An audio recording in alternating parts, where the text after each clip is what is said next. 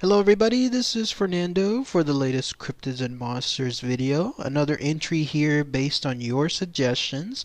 This one of the newer ones, and this one also harking to one of my favorite themes with my cryptid series, those having to do with the lumberjack tales. Those cryptids that I've talked about for so long within my videos. Those of you that are longtime fans of my series know how much I love these lumberjack cryptids because they're so fanciful, so interesting, so original, so many unique characteristics tied to them. It's almost like they're from another world. Like you could put any of these cryptids within, let's say, a Star Wars universe, and they would fit perfectly within it. They just happen to be within our world, which makes it so interesting. This cryptid, this suggestion is no different. It has to do with a cryptid with a very unique look, and even more so, a very unique attribute when it comes to its hunting of its prey, in this case humans, or in other cases animals. And it is very interesting to share this information. I'm talking about this cryptid that's known as the Rumtifusel. I hope I'm saying that correctly, because that's at least how it's said phonetically. But yes, Rumtifusel, and you're looking at a drawing of it here. Instantly it stands out, doesn't it? Unlike anything else I have ever seen before, and I'm sure it's safe to say that you have probably not seen anything like this before. So let's go ahead and we'll talk about all the information associated with it here. So what is this cryptid, this Rumtifusel? Well, again, it's a creature of some sort that harkens back all the way to the lumberjack days, to the wild frontier.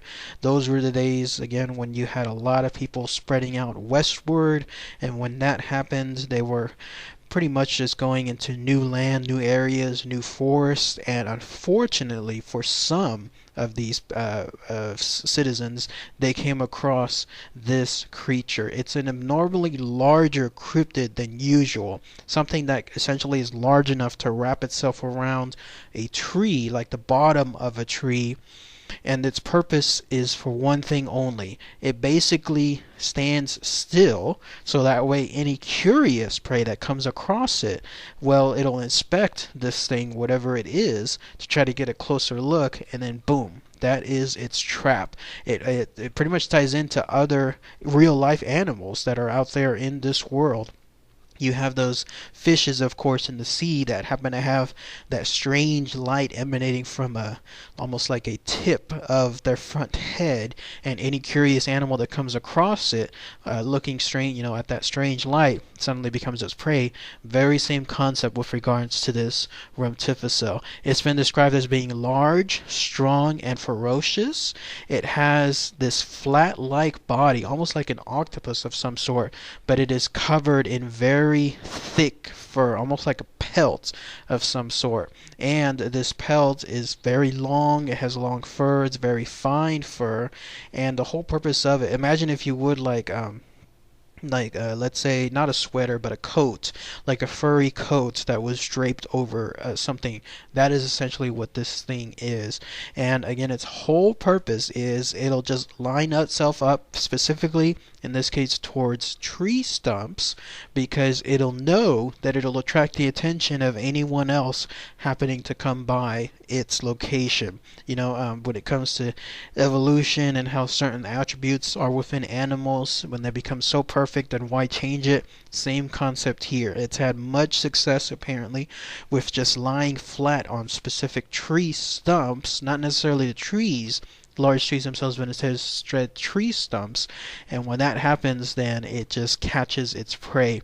Interestingly enough, it seems to know, especially with humans, that at least from a human standpoint, people will look at it, at least from afar, and think to themselves, my goodness, somebody left a fur coat of some sort right by this tree stump. Let me go ahead and I'll pick it up, either to keep for themselves or to try to return it to its rightful owner.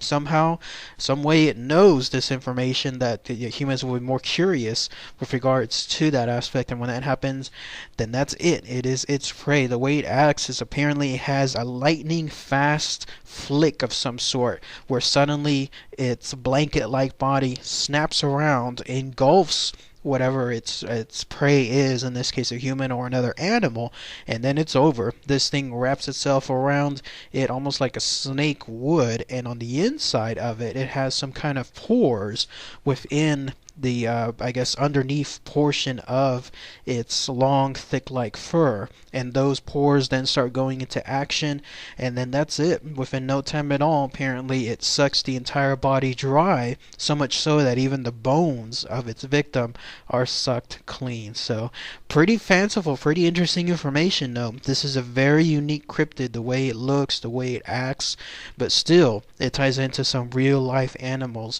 that are out there.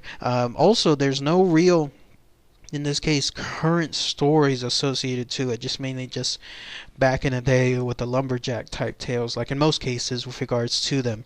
But if you happen to be out there in the woods somewhere in America and you happen to see what looks to be like a ball of fur or something draped across the stump of a tree, then now you know, do not approach it. It could be one of these things, this Rumtifusel, basically just standing out there, its version of standing, waiting for its nearest prey, and then that's it. It almost reminded me of that slide rock bolter, one of my other more favorited cryptids, how it springs into action too. So, but yes, if anyone has any more information about this fascinating creature, this Rumtifusel, then please post those comments below. That would be really, really good to hear. Again, no recent stories associated with it, but be interesting to hear if anyone happens to be living in an area here in the U.S. where people still say that yes, they hear stories related to there's cryptid out there. So thank you so much for that suggestion, and as always, I'm going to probably do